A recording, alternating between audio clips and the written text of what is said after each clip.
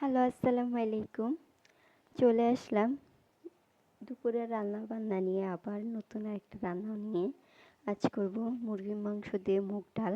চলেন recipe share করি। এখানে মশলাটাকে কষে এখন দিয়ে দেবো মুরগিটাকে আগে কেটে ধুয়ে পরিষ্কার করে রেখেছি। মুরগিটাকে দিয়ে এটাকে ভালো করে একটু কষে নেব। কষে তারপর ডালটাকে বেছে নেব। ডালটাকে বেছে একটু মুরগিটা কষে নেব এখন পুরোপুরি।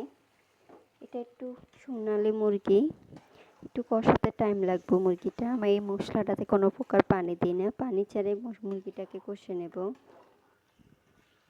আপনারা মুরগিটাকে পানি ছাড়া কষে নেবেন, তাহলে দেখবেন খেতে ভালো লাগে, মশলাটা প্রপার ঢুকে। আমি যেহেতু লবণ দিই না, এখন লবণটা দিয়ে দেব।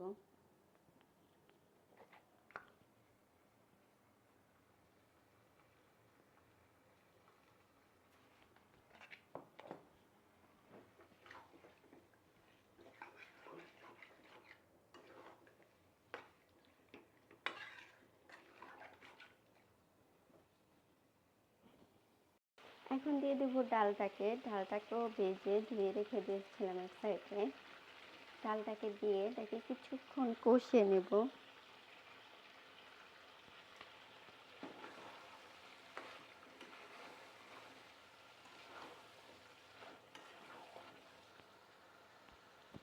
ডালটা দিয়ে এটাকে কিছুক্ষণ কষে গরম পানি দিয়ে দিব।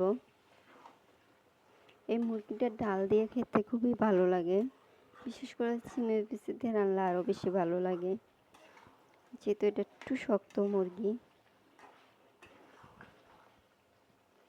এটা কিছুক্ষণ কষুক, এটাকে এখন ঢাকনা দিয়ে দেব। এটাকে ঝোল দিয়ে দিলাম গরম পানি দিয়ে এটাকে এখন ঢেকে দেব। এটাকে পাশের চুলায় দিয়ে এখন করে নিব পাটের শাক ভাজি। চলেন পাটের শাক ভাজি রেসিপিটা শেয়ার করি। কড়াইতে দিয়ে দিব তেল, দিয়ে দিচ্ছি রসুন, দিয়ে দিব কিছুটা পেঁয়াজ,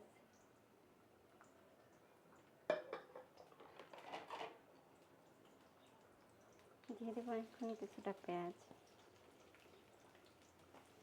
আপনারা চাইলে এটাকে আলাদা করে উনায় নিতে পারেন। আমি এটাকে পাটের শাকটাকে সবসময় ডাইরেক্ট ভাজি বসায় দিই। যেভাবে আমি ভাজি বসাই সেভাবেই শেয়ার করলাম আপনাদের সাথে। আমি এই সবসময় পাটের শাকটাকে এভাবে ভাজি করি। এই তো এটা হালকা বাদামি হয়ে আসলে দিয়ে দিব শাকটাকে।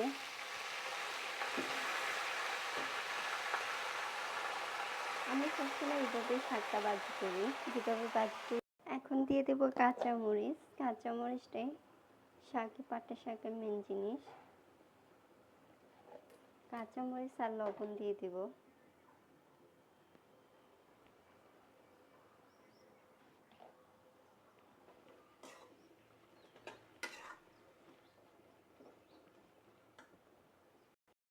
এই তো শাক ভাজিটা হয়ে গেছে, এখন শাক ভাজিটা নামায় ফেলবো। শাক ভাজিটা একটা বাটিতে তুলে রাখি। এই যে শাক ভাজি হয়ে গেছে। দুপুরে রান্না শাক ভাজি আর মুরগির মাংস। এই তো আমার মুরগির মাংস হয়ে গেছে, ডাল দিয়ে মুগ ডাল দিয়ে মুরগির মাংস।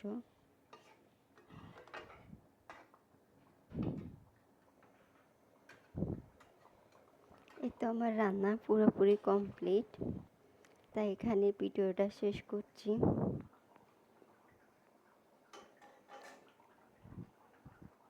এভাবে মুরগির মাংস ডাল দিয়ে রান্না করে খেয়ে দেখবেন, মুগ ডাল দিয়ে খুবই ভালো লাগে খেতে। তাই এখানে ভিডিওটা শেষ করছি। আসসালামু আলাইকুম।